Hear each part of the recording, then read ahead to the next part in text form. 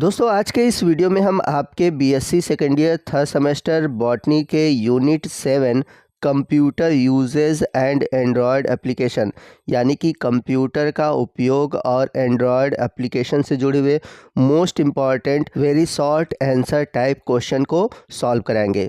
और ये जो आपके क्वेश्चन होंगे और आंसर होंगे ये हिंदी और इंग्लिश दोनों में होंगे। और यदि आप चाहते हैं कि मैं इस टॉपिक पर एमसीक्यू बनाऊं तो प्लीज़ हमें कमेंट करके बताइएगा। तो आइए चलते हैं सबसे पहले क्वेश्चन की ओर। पहला क्वेश्चन है which computer are known as vacuum tube computer, यानी कि किस प्रकार के कंप्यूटर को वैक्यूम ट्यूब कंप्यूटर के नाम से जाना जाता है। तो आपको बता दें कि फर्स्ट जनरेशन कंप्यूटर को वैक्यूम ट्यूब कंप्यूटर के नाम से जाना जाता है। तो आपका आंसर है first generation computer are known as vacuum tube computer. Second question है what is the name of first generation computer, यानी कि प्रथम पीढ़ी के कंप्यूटर का क्या नाम है। The name of first generation computer is electronic numerical integrator and calculator. It is a first generation of computer. तो जो प्रथम पीढ़ी का कंप्यूटर था उसको शॉर्ट में ENIAC कहा जाता है, यानी कि इलेक्ट्रॉनिक न्यूमेरिकल इंटीग्रेटर और कैलकुलेटर, और ये प्रथम पीढ़ी का कंप्यूटर था। चलते हैं क्वेश्चन नंबर थर्ड की ओर। क्वेश्चन नंबर थर्ड है personal computers represent which generation of computer, यानी कि जो पर्सनल कंप्यूटर है वह किस पीढ़ी का प्रतिनिधित्व करते हैं, यानी कि पर्सनल कंप्यूटर किस जनरेशन से जुड़े हुए हैं। तो आपको बता दें it represent the fourth generation, यानी कि जो पर्सनल कंप्यूटर होते हैं वह चौथी पीढ़ी को प्रतिनिधित्व करते हैं, यानी कि जो पर्सनल कंप्यूटर आए, यानी कि जो पर्सनल कंप्यूटर का यूज़ स्टार्ट हुआ वह फोर्थ जनरेशन में स्टार्ट हुआ।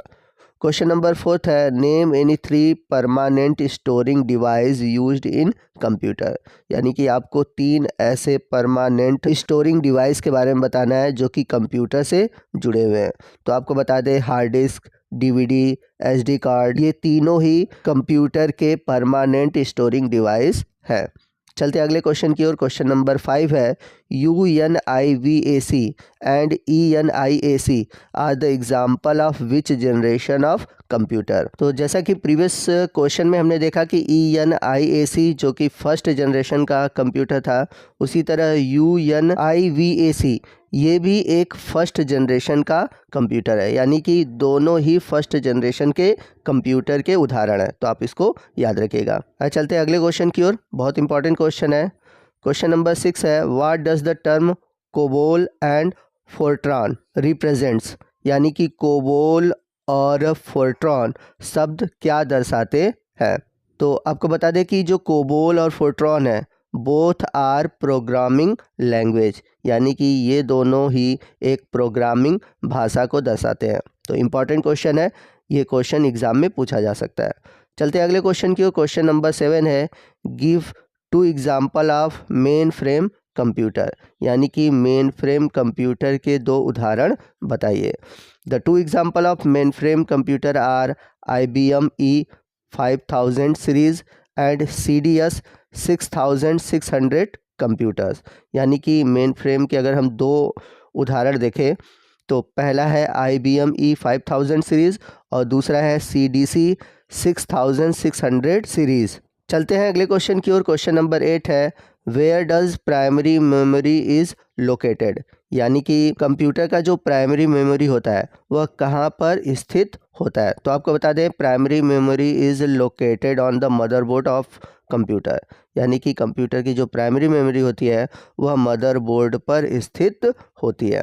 क्वेश्चन नंबर 9 है what is A primary memory of computer, यानी कि कंप्यूटर की प्राथमिक मेमोरी से आप क्या समझते हैं। Primary storage also known as main memory, it is the component of the computer that's hold data programs and instruction that are currently in use. कहने का मतलब ये है कि जो प्राथमिक मेमोरी है वह कंप्यूटर की मुख्य मेमोरी होती है जो कि सामान्यतः उस प्रकार के डाटा अथवा प्रोग्राम को स्टोर करती है जिसे वर्तमान समय में प्रोसेसिंग यूनिट यानी कि CPU द्वारा प्रोसेस किया जाता है। चलते हैं क्वेश्चन नंबर 10 की ओर। क्वेश्चन नंबर 10 है to add theme to a power point presentation which tab is used, यानी कि पावर पॉइंट प्रेजेंटेशन में थीम जोड़ने के लिए किस टैब का उपयोग किया जाता है।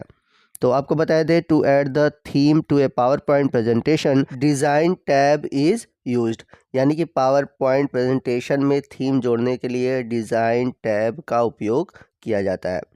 क्वेश्चन नंबर 11 है which key are use to save a power point presentation, यानी कि अगर हमें पावर पॉइंट प्रेजेंटेशन को सुरक्षित करना है तो उसके लिए हम किस कुंजी का प्रयोग करते हैं। तो आपको बता दें कि पावर पॉइंट प्रेजेंटेशन को सुरक्षित करने के लिए Ctrl+S कुंजी का प्रयोग किया जाता है। चलते हैं क्वेश्चन नंबर 12 की ओर। क्वेश्चन नंबर 12 है name at least 3 types of plant identification apps. बहुत ही इंपॉर्टेंट क्वेश्चन है।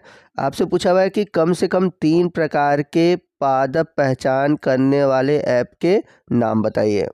तो आपको बता दें पौधों को पहचानने के लिए जो 3 ऐप है वो है प्लांट स्नैप, दूसरा है पिक्चर दिस और प्लांट टिक्स। ये तीनों ऐसे एप्लीकेशन हैं जिनका यूज़ हम प्लांट आइडेंटिफिकेशन में करते हैं। यदि आप चाहते हैं कि इन तीनों एप्लीकेशन का यूज़ कैसे किया जाता है प्लांट को आइडेंटिफाई करने में, तो आप कमेंट करके बताइएगा। मैं इन तीनों एप्लीकेशन पर अलग से एक वीडियो बनाऊंगा जिसमें कि हम इस एप्लीकेशन के थ्रू कैसे प्लांट को आइडेंटिफाई करते हैं वो जानेंगे। तो प्लीज़ ज़रूर कमेंट करिएगा। चलते हैं अगले क्वेश्चन की ओर। क्वेश्चन नंबर 13 है what do you mean by cell in MS Excel, यानी कि MS एक्सेल में एक सेल से आप क्या समझते हैं, यानी कि MS एक्सेल में जो एक सेल होता है इसका क्या मतलब होता है। तो आपको बता दें a cell is the intersection of row and a column, यानी कि MS एक्सेल में सेल जो होता है एक पंक्ति तथा एक स्तंभ के रूप में प्रतिच्छेदन यानी कि इंटरसेक्शन का कार्य करता है। क्वेश्चन नंबर 14 है what is a spread sheet, यानी कि स्प्रेड शीट क्या होता है। A spread sheet is a computer program that can capture display and manipulate data arranged in row and column, यानी कि स्प्रेडशीट एक कंप्यूटर प्रोग्राम है जो कि पंक्तियों और स्तंभों के व्यवस्थित डाटा को कैप्चर करता है, उसे प्रदर्शित करता है और उसमें हेर फेर कर सकता है। चलते हैं क्वेश्चन नंबर 15 की ओर। क्वेश्चन नंबर 15 है what do you mean by cell address, यानी कि सेल एड्रेस से क्या मतलब है। तो आपको बता दें it identify a cell arrange of cell by cell referring to column letter and row number of the cell. For example A1 refers to the cell at the intersection of column A and row 1. Cell address is also called the cell reference. तो यहाँ पर कहने का मतलब ये है कि जो सेल एड्रेस होते हैं वह सेल के कॉलम अक्षर व पंक्तियों की संख्या को प्रदर्शित करते हैं, या फिर कह सकते हैं कि सेल किस रेंज की है उसकी पहचान करने में हमारी मदद करते हैं। जैसे अगर हम बात करें A1 सेल की, तो A1 सेल से मतलब है कि यह एक कॉलम अक्षर और पहली पंक्ति को प्रदर्शित करता है। और यहाँ पर आपको एक चीज़ और बता दें कि सेल एड्रेस को सेल रेफरेंस भी कहा जाता है। चलते हैं अगले क्वेश्चन की ओर। क्वेश्चन नंबर 16 है what is MS Excel primarily used for, यानी कि MS एक्सेल मुख्य रूप से किसके लिए उपयोग किया जाता है। तो आपको बता दें MS Excel is primarily used to organise and analyse the data, यानी कि MS एक्सेल का मुख्य रूप से उपयोग डेटा को व्यवस्थित करने में और उसको विश्लेषण करने में किया जाता है। चलते हैं अगले क्वेश्चन की ओर। क्वेश्चन नंबर 17 है what is the full form of RAM and ROM, यानी कि रैम और रोम का पूरा नाम क्या है। तो इम्पॉर्टेंट क्वेश्चन है। तो रैम का पूरा नाम है रैंडम एक्सेस मेमोरी और रोम का पूरा नाम है read only memory. Question number 18 है what is A application software, यानी कि एप्लीकेशन सॉफ्टवेयर क्या होते हैं। तो अगर हम बात करें एप्लीकेशन सॉफ्टवेयर की, it is the software use to accomplish a specific task, for example MS word, photo editor. तो जो एप्लीकेशन सॉफ्टवेयर है यह एक विशिष्ट कार्य करने या फिर संपन्न करने के लिए उपयोग किया जाता है, जैसे कि MS वर्ड, फोटो एडिटर, ये सभी क्या है एप्लीकेशन सॉफ्टवेयर है। चलते हैं अगले क्वेश्चन की ओर। क्वेश्चन नंबर 19 है what is a high level language, यानी कि HLL क्या है। A high level language HLL is a programming language that enables a program to write programs that are more or less independent of a particular type of computer. यानी कि जो high level language है यह एक programming भाषा है जो कि एक प्रोग्रामर को ऐसे प्रोग्राम लिखने में सहायता करता है जो कि किसी विशेष प्रकार के कंप्यूटर से कम या ज़्यादा स्वतंत्र होता है। जैसे हम बात करें सी लैंग्वेज की या फोर्टान की। चलते हैं लास्ट क्वेश्चन की ओर। क्वेश्चन नंबर 20 है, what is a number system in computer. यानी कि कंप्यूटर में नंबर सिस्टम क्या है। The technique to represent and work with number is called number system. यानी कि संख्याओं का प्रतिनिधित्व करने वाले और काम करने की तकनीक को हम नंबर सिस्टम कहते हैं। Decimal number system is the most common number system. तो जो दशमलव संख्या प्रणाली है वह सबसे सामान्य संख्या प्रणाली है। तो दोस्तों ये था हमारा आज का वीडियो जो कि computer usage and Android application पर आधारित था। यदि आप चाहते हैं कि मैं इस टॉपिक पर और अलग से वीडियो बनाऊं, चाहे वो लॉन्ग क्वेश्चन हो या फिर शॉर्ट क्वेश्चन हो या फिर ऑब्जेक्टिव क्वेश्चन हो, तो प्लीज़ हमें कमेंट करके बताइएगा। तो मैं उसी के अकॉर्डिंग इस टॉपिक का नेक्स्ट पार्ट बनाऊंगा। तो आपको आज का ये वीडियो कैसा लगा कमेंट करके ज़रूर बताइएगा। वीडियो अच्छा लगा हो तो वीडियो को लाइक और शेयर करना मत भूलिएगा।